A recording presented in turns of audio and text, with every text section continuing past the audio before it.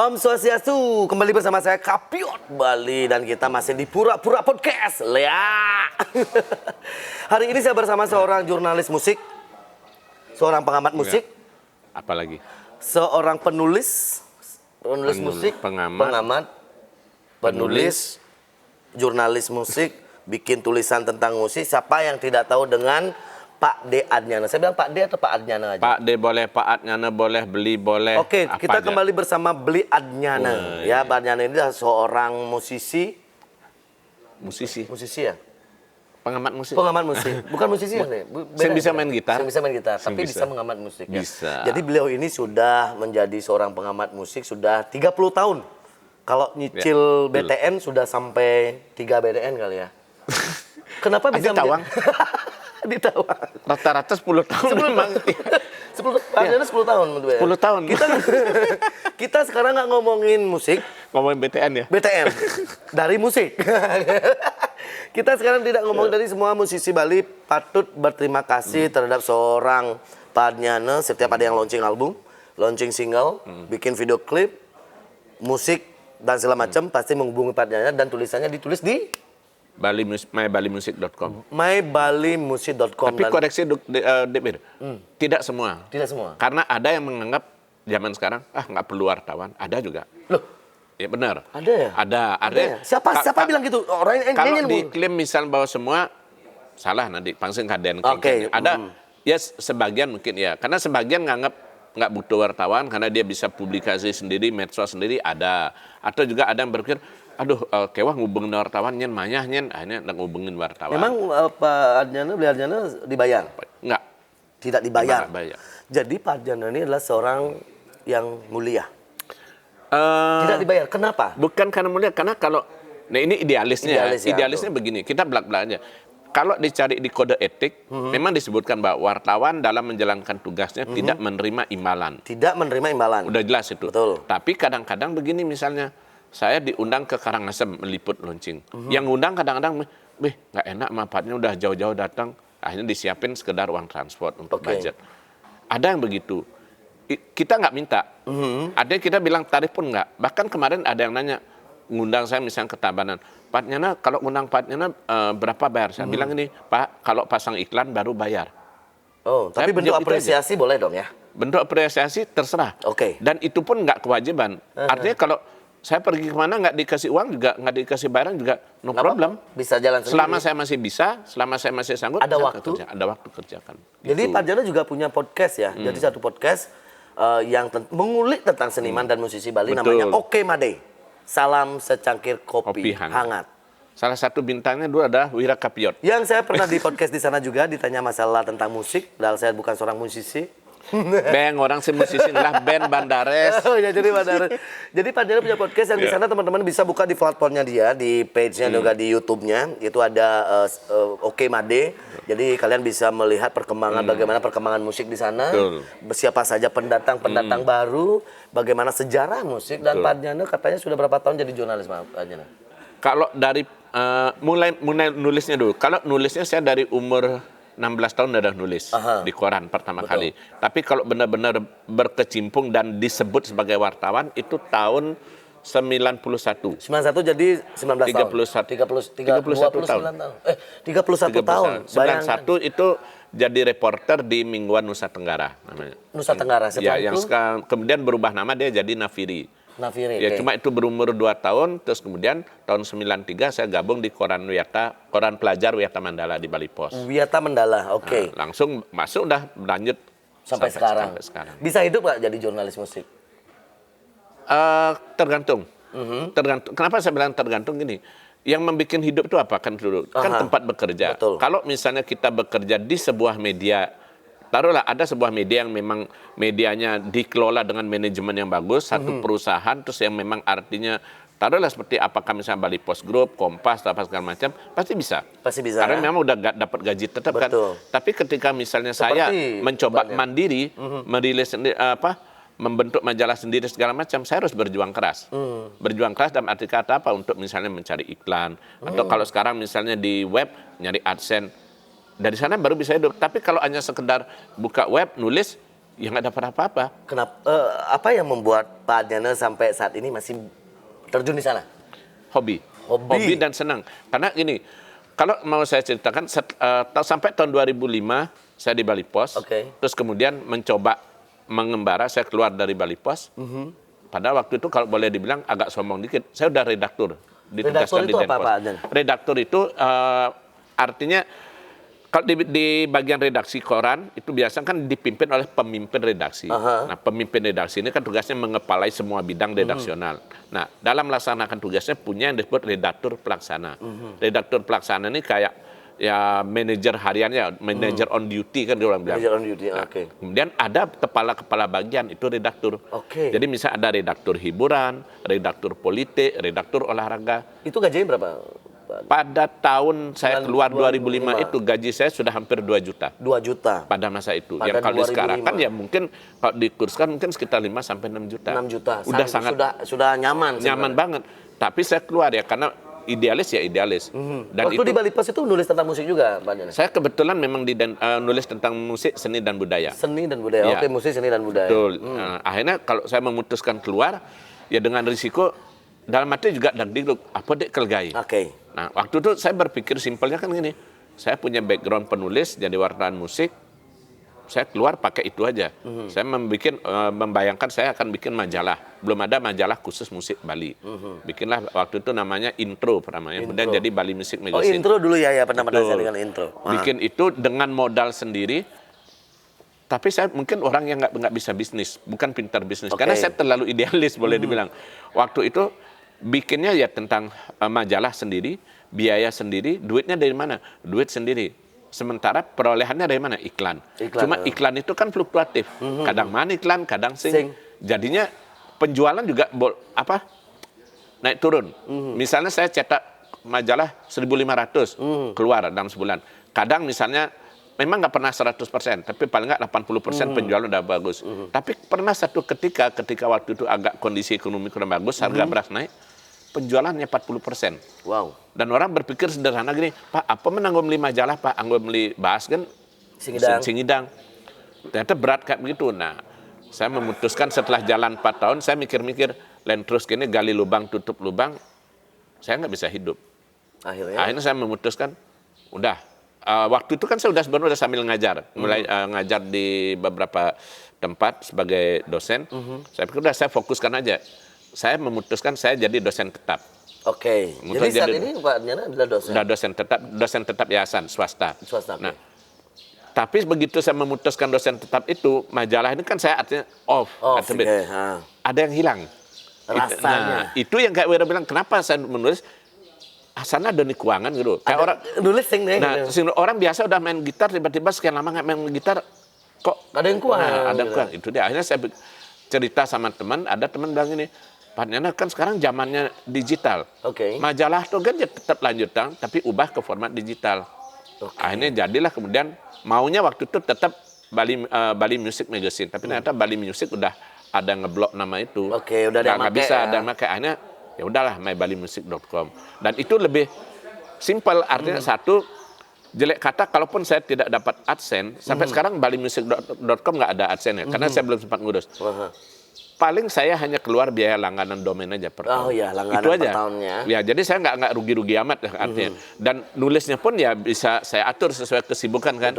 Tapi kalau misalnya ketika saya gabung di sebuah media massa, ya tiap hari harus nyetor tulisan sekian dan segala macam, itu agak ribet waktu itu. Ada kesulitan nggak dari media ya dulu media kertas, apa ya jadinya medianya koran, online medianya majalah, sekarang ke digital? Saya kira nggak. Prinsipnya kan sama. Sama kayak gini, ketemu Wira, ngobrol, tulis, sama prinsipnya. Cuma yang berbeda tempat penyalurannya. Bahkan yang kalau nulis di online sekarang kan lebih mudah. Kalau dulu saya nulis, terus kemudian simpan file, layout, cetak. Kalau sekarang saya tulis, langsung bisa saya upload. Dan cuma hanya bedanya menyuruh orang untuk baca, sekarang harus ke digital, memang ke dunia digital. Kalau dulu orang kelihatan, misalnya ini majalah dilihat langsung. Kalau sekarang, kalau kita nggak ngomong, ada berita baru loh, dia mungkin nggak bisa browsing apa-apa. Harus lebih aktif nge-scroll lagi. Gitu. Ya. Tapi ngomong-ngomong, Adi serius aja nih podcast. Serius, harus serius kita ngomongin musik nih. Tapi bukan pemusik. Tapi kita ngobrol tentang sejarahnya Pak Adriana. Jadi saya mengikuti Pak Adriana itu dari SMA. Dari 2000. Pidan Wira agak berangkat ya. Dulu nggak pernah. Ya, Dulu bagus, sekarang lebih ganteng saya. Saya mengikuti Pak Adnyanto tuh dulu saya masih di sebuah DSM, Ya, DSM Pro. DSM Pro dulu melihat Di Pak Jalan Adnyanto, Ayani. Jalan Ayani itu di Peguyangan DSM sampai. menangani KIS ya. Iya, itu ada Ubuden Band, Oh, Ubuden. ada telepon di situ, ada di Betul. Divis dan segala macam. Nah di situ saya melihat Pak Adnyanto yang memang menulis tentang musik. Nah di sana saya ketertarikan dan sekarang punya podcast. Sekarang punya menulis di myBaliMusic.com dan teman-teman semua di rumah. Saya menganggap Pak Adnyanto adalah seorang bukan pahlawan ya, tapi Nanti seorang. nyanyi lagunya SID dong. Iya, Aku bukan pahlawan berparas tampan. Karena Pak Adnyanto tidak tampan-tampan amat sih, tapi ganteng. Jadi saya bisa bilang kalau Pak Adnyanto ini seseorang yang menghargai musisi Bali. Tentunya dengan tulisan-tulisan. Makanya ada beberapa musisi sekarang beberapa musisi atau penyanyi Bali yang rilis apapun yang ada yang menghubungi Pak Adnyanto. Jadi Pak Adnyanto adalah media di mana orang di luar dia menonton video klip yang sekarang di dunia digital. Dia untuk membaca biografinya dan segala macam Pak Adnyanto lah yang bikin. Jadi terima kasih Pak Adnyanto. Terima kasih. Artinya saya hanya selain menjalankan hobi ya, ibaratnya gini, saya punya tempat, kalian mau pakai silakan. Iya. Saya punya myBaliMusic.com, kalian mau isi, welcome. Selama 30 Silakan tahun berkarya nih, buat karya tentang musik Bali. Penghargaan yang Pak Adnyanto dapatkan ada di mana saja, Pak? Baru 2 kali. 2 kali ya. Yang pertama saya masih ingat waktu Pregina itu bikin event Bali Jam Fest pertama Fest, tahun ya, 2007 kalau nggak salah. 2006, 2005. 2007. 7 ya? 2007 pertama. 2007 ya, kayaknya. Waktu itu panitia dari Pregina memberikan ya apresiasi sebagai yang disebut sebagai wartawan musik yang konsisten. Itu yang pertama. Terus yang kedua tahun 2019 kemarin dari pemerintah Provinsi Bali itu sebagai penghargaan Bali Janinugraha kategori pengabdi kritik musik dan film. Pengabdi kritik musik dan film. Wow. Itu. Jadi kenapa ada filmnya? Karena kebetulan dari awal saya jadi wartawan itu juga selain menulis musik, saya termasuk pengisi tetap rubrik resensi film waktu itu di Bali Pos Minggu. Ya. Pernah saya dulu. Betul. Jadi Pak Adnyanto melihat musik Bali sekarang gimana? Dari sisi apanya? Dari sisi musiknya, kualitas. Selalu kalau bukan karena saya nggak berani berkomentar atau takut apa ya, selalu kita harus ngelihat secara netral. Bro. Kalau ada yang bagus ya. Tapi ada yang buruk, yang brengsek juga ya. Ada. Kedua-duanya ada. Jadi musik Bali sekarang kalau dibilang maju, sangat dinamis. Dibilang maju dari teknologi, kesempatan, publikasi dan segala macam maju. Dulu orang yang nggak punya cita-cita jadi penyanyi, dia harus misalnya yang pernah diciptakan. Nah, kayak tadi misalnya Putu Bejo misalnya, dia punya satu lagu, dia harus mertanja kemana-mana, tawarin, ditolak lagunya. Oke. Akhirnya dia nyanyi sendiri. Tapi kalau sekarang nggak perlu mertanja ke rekod mana, punya lagu, tinggal produksi sendiri, jadi. Itu kan satu bentuk kemajuan. Betul, kemajuan. Siapapun bisa Maju, jadi penyanyi, fans pun semua bisa jadi penyanyi.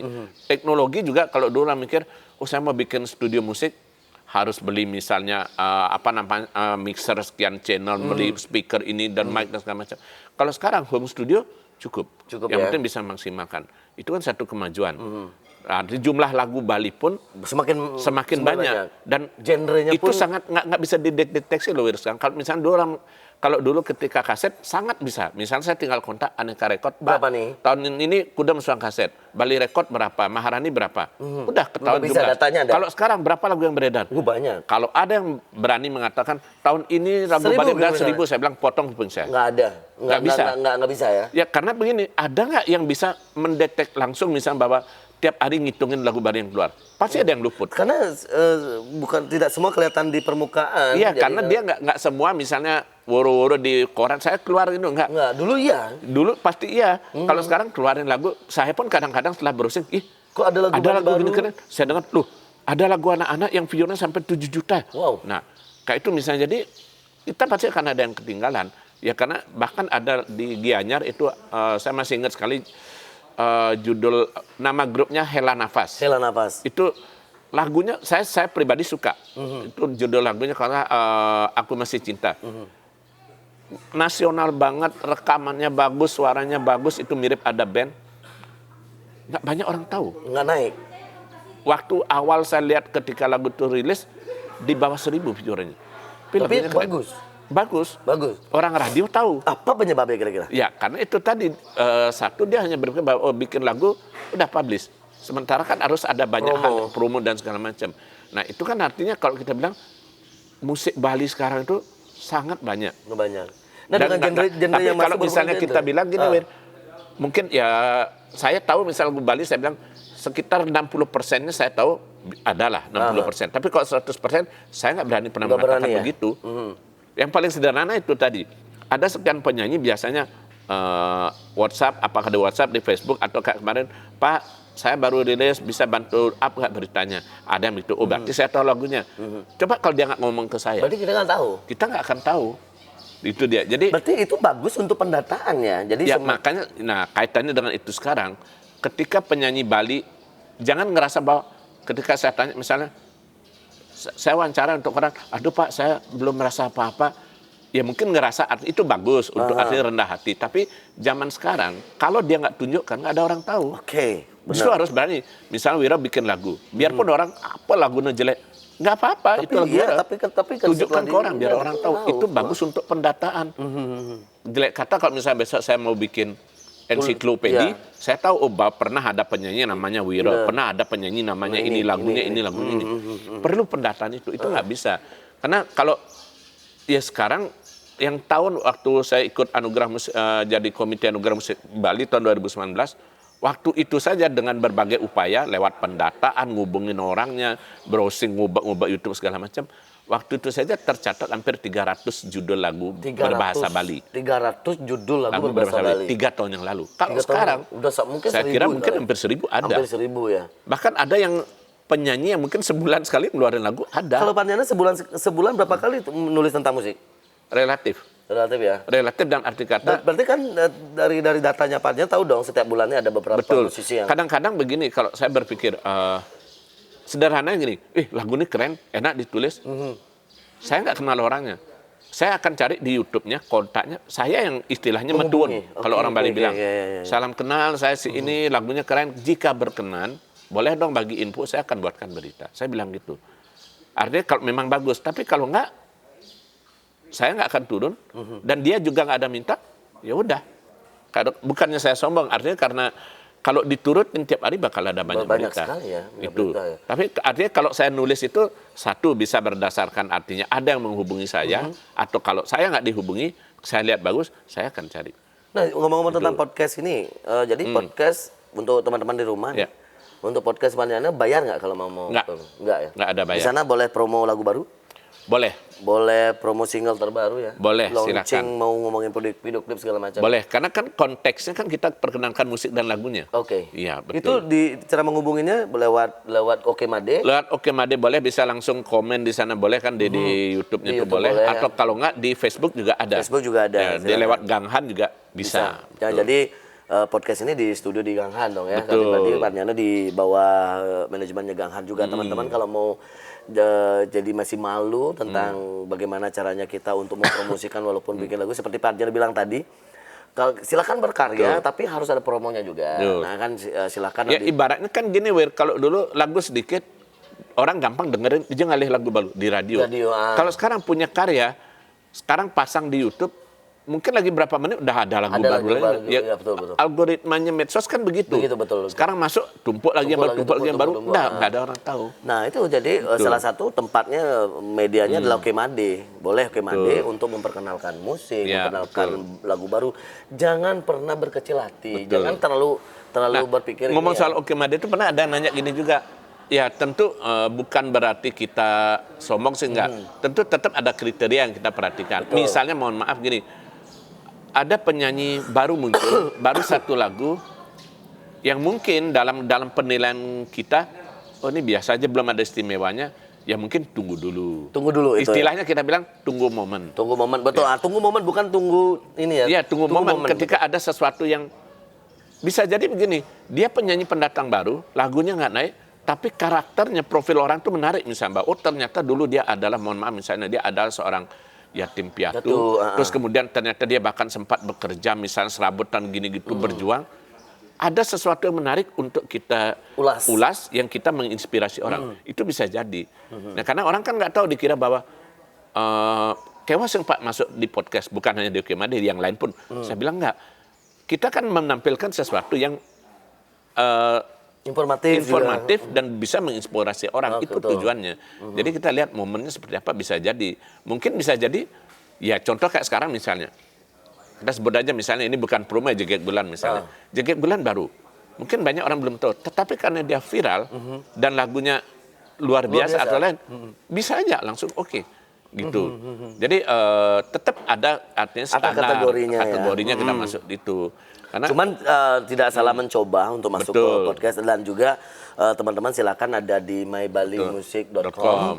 Kalian buka itu yang baru pendatang. Atau bisa juga di Pura-Pura Podcast ya. Pura-Pura Podcast juga bisa. Gimana caranya masuk ke Pura-Pura Podcast? Nanti saya kalau musik saya limpahkan kepada Pak Adriano gitu ya. Betul. Kalau ada yang ada sesuatu yang unik-unik yang bisa Banyol apa? Iya, betul. Podcast. Jadi musik Bali seperti Pak Adriano bilang tadi dinamis dan juga banyak masuk genre-genre yang baru dan bisa diterima oleh masyarakat. Sangat banyak, Wir. Kalau dulu orang hanya tahu kan musik itu, misalnya musik Bali itu apa? Oh, musik Bali yang ngepop, yang ada gamelan. Tapi kemudian ada yang rock, ada kemudian blues, reggae, jazz.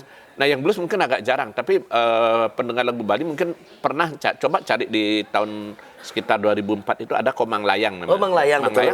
Pernah bikin album jazz. Lagunya asik, keren, tapi belum bisa, cuma belum bisa diterima orang, itu masalahnya. Mungkin butuh proses juga untuk kita bisa menerima genre yang lain. Genre yang lain. Cuman yang sekarang saya lihat musik Bali dan penyanyi baru, pendatang baru banyak sekali. Banyak. Dan itu kita boleh menganggap bahwa musik Bali ini sekarang sudah mulai berkembang. Sangat berkembang. Yang kan begini, mungkin bukan pesan ya, artinya bisa yang kita sampaikan kepada teman-teman penyanyi pendatang baru juga, artinya kenapa orang tertarik kepada satu penyanyi?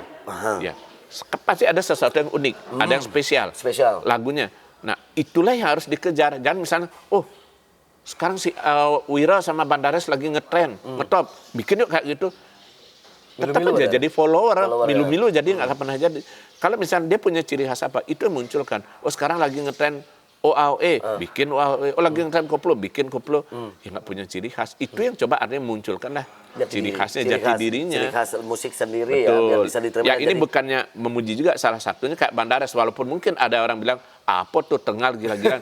Ya tapi ciri khasnya itu, kalau tampil pakai pakaian bondres pakai topeng.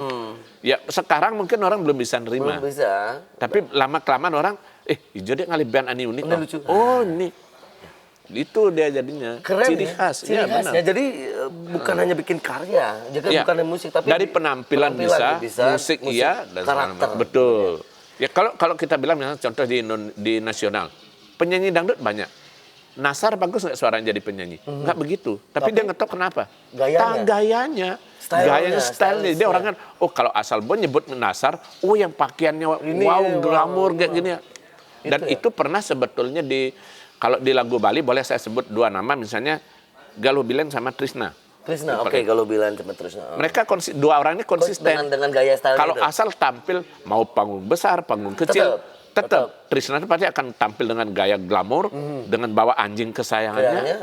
Ya itulah Trisna gitu. Kalau Galuh Bileng sama juga orang lihat misalnya, oh Galuh Bileng itu kesannya glamour, kayak istilah high class atau apa. Itulah karakternya dia. Karakter ya. Dan ciri khas. Semoga hari ini teman-teman yang nonton di rumah bisa menginspirasi kalau mau bikin karya musik segala macam, ciri khas. Jadi bukan hanya karya saja. Dan bukan jadi follower aja. Jadi lebih baik punya jati diri dan ciri khas sendiri nih. Gitu kan. Coba kalau Wira ingat misalnya penyanyi lawas yang bertahan sampai sekarang. Mereka bertahan kenapa? Karena ciri khas. Rambut seperti Bayu KW. Bayu KW. Rambut dan kemudian gaya dance-nya itu kayak Michael Jackson. Widi Widiana. Contoh misalnya selain suara, sing mesandal. Betul. Ya kayak itu gaya. Mungkin nanti teman-teman di rumah bisa bikin menyanyi sing mau celana. Wira mungkin masih ingat dulu ada grup band, saya lupa apa namanya itu, luar negeri, band yang agak irama punk. Kalau tampil dia hanya pakai boxer di panggung. Saya lupa band apa namanya. Ya mungkin nggak harus sebegitunya juga. Tapi punya ciri khas. Punya ciri khas. Atau kalau kita lihat dulu ada grup band namanya Kiss, double S ya di barat. pakai topeng. Enggak pakai topeng, pakai hiasan. Hiasan kayak make up itu. Slipknot. Betul. Nah, itu dia jadi ciri khas kuburan. orang. Nah, itu dia jadinya. Jadi orang tuh nonton, oh ini bandnya ini bandnya ini gitu ya. Mungkin penggemarnya artinya nggak banyak banget, tetapi dia tetap punya pasar tersendiri. Betul. Keren. Untuk artinya Ya. pesan terakhir untuk teman-teman musisi, kita yang nonton musisi dan teman-teman yang punya karya, yang mau menjadi seorang penyanyi atau seorang penulis, apa yang perlu disampaikan? Penyanyi dan penulis. Sekarang ini, ketika media massa banyak sekarang, media sosial banyak, berarti semua orang punya peluang jadi penulis. Betul. Tetapi tidak banyak orang yang paham apa yang perlu ditulis. Bahkan penyanyi juga ketika ditanya misalnya, Pak Nenek tolong dong bantu bikinkan profil berita. Saya nanya, boleh dong kirim CV-nya. Apa itu CV? Apa menulis Pak? Jadi CV pribadi aja nggak punya. Padahal ibaratnya kalau kita ngelamar kerja, kita ada portofolionya. Saya si A, lahir di tahun sekian, pernah pengalaman ini. Minimal gitu aja. Nah, ini menurut saya penting bagi penyanyi dan grup band. Punya CV itu tadi. Dan isinya apa? Biodata kalau band. Biodata band boleh dibilang apa? Paling sederhana kalau bingung, apa gini sih Pak? Rumus 5W+1H aja pakai. Apa, di mana, kapan, siapa, mengapa, bagaimana. Ulang lagi. 5W+1H. W itu kan what, where, when, who, why, how. Ya. Apa? Bandares. Di mana? Gianyar. Kapan? Dibentuk tahun 2000 sekian. Siapa? Who? Ya, ada Wira, ada ini. ada ini. Why? Mengapa? Oh, karena musik banyak. Ini kemudian ingin menampilkan ciri yang bagus dan segala macam. Bagaimana? Oh, sudah berkarya lagunya ini. Udah. Selesai ya. Jadi bahan berita. Jadi kalau kemana-mana ada, saya pengen tahu tentang band kamu dong. Udah tinggal kirim aja filenya. Udah selesai. Udah selesai. Itu poin yang diolah. penting ya. Betul. Jadi poin ya. ibaratnya identitas itu perlu kita bawa. Sehingga kalau ada wartawan yang besok menghubungi, Sudah siap. udah siap tinggal hubungi itu. Jangan sampai balik. Itu misalnya pernah ya ini pengalaman yang nggak akan saya bosan saya ceritakan. Mungkin teman-teman sering dengar juga, pernah saya ungkapkan ini. Ada satu grup band ngirim link video ke saya. Nah, Pak, saya punya lagu baru, tolong dong diberitakan. Oke. Kasih data dong, info tentang lagu ini. Oh, udah semua Pak, lengkap di YouTube, didengerin aja Pak. Iya. Saya disuruh dengerin videonya, menerjemahkan, menulis. Saya masih sabar. Oke, ada foto sing. Oh, di Google banyak Pak, tinggal pilih yang mana aja mau dipakai. Saya hampir keluar kata nastit gitu, udah bener. Nas bojong. Iya gitu. Ada yang kayak begitu. Ini kan artinya dia sendiri nggak siap. Iya betul. Jadi Nah, ini perlu diperhatikan teman-teman. Satu lagi selain biodata tadi, foto. Foto betul. Zaman sekarang kalau ada yang bilang nggak punya foto, saya bilang Mas. Udah ada handphone. Kalau bahasa umat muslim kata Masya Allah gitu loh, nggak punya foto. Itu ada loh Wir. Ada satu grup band minta berita, saya bilang ada foto sing. Ntar Pak ya. Kemudian saya dikirimnya apa? Dia screenshot videonya, masing-masing personil langsung digabung. Saya nanya, sing lah foto grup band. Kayak wajan kumpul Pak, sing time foto. Memang waktu rekaman kemarin nggak sempat motret. Aduh, sing kepikiran Pak. Iya, peragat. Berarti yang poin-poin yang terpenting ini sebuah kemajuan ya, kritik kemajuan untuk teman-teman penyanyi, band dan lain sebagainya. Biodata penting. Biodata, foto. Karya penting, ciri khas penting, foto dan segala macam. Nah, apalagi ada video klip itu tadi. Jadi biodata, video, foto klip. Itu aja. Lengkap sudah. Udah lengkap. Tinggal misalnya, Pak saya punya lagu bisa bantu ini. Karyanya mana? Ada videonya. Fotonya ada. Atau kalau kemudian misalnya, saya nggak sempat nulis Pak. Atau nggak bisa bercerita. Ajak wartawan ketemu, ngobrol. Selesai. Gitu, begitu, aman. Ya. Jadi seorang jurnalis itu susah. Pengamat musik itu lumayan agak susah sedikit, tapi ya bersabar ya. Oke buat teman-teman di rumah, terima kasih sudah menonton kita sama Ardiano. Kita belajar tentang musik, kita belajar tentang musisi, tentang belajar tentang jurnalis, tentang belajar tentang bagaimana caranya untuk menjadi seorang musisi yang baik. Biodata yang terpenting adalah bagaimana cara kamu membuat ciri khas dan jati diri dalam bermusik. Kalau teman-teman di rumah mau tahu tentang Pak Ardiano, silahkan hubungi di mybalimusic.com atau di Okemade di YouTube-nya. Ya, atau di Facebook, di Ganghan juga bisa ada. Silahkan untuk datang, silahkan untuk komunikasi dengan Pak Ardiano. Karena kalau kamu tidak menghubungi dengan wartawan, karyamu tidak akan ada, maksudnya nggak akan lebih artinya ada nilai ada bisa informasi akan lebih luas lagi. Gitu. gitu. Media sosial bagus, ditambah dengan media massa akan lebih kuat lagi. Betul.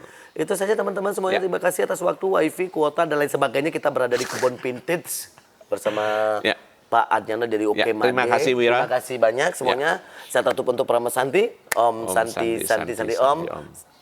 Pura-pura podcast. Lea. Oke Made, salam secangkir kopi hangat. Jadi jus nasnya sedot. Lea.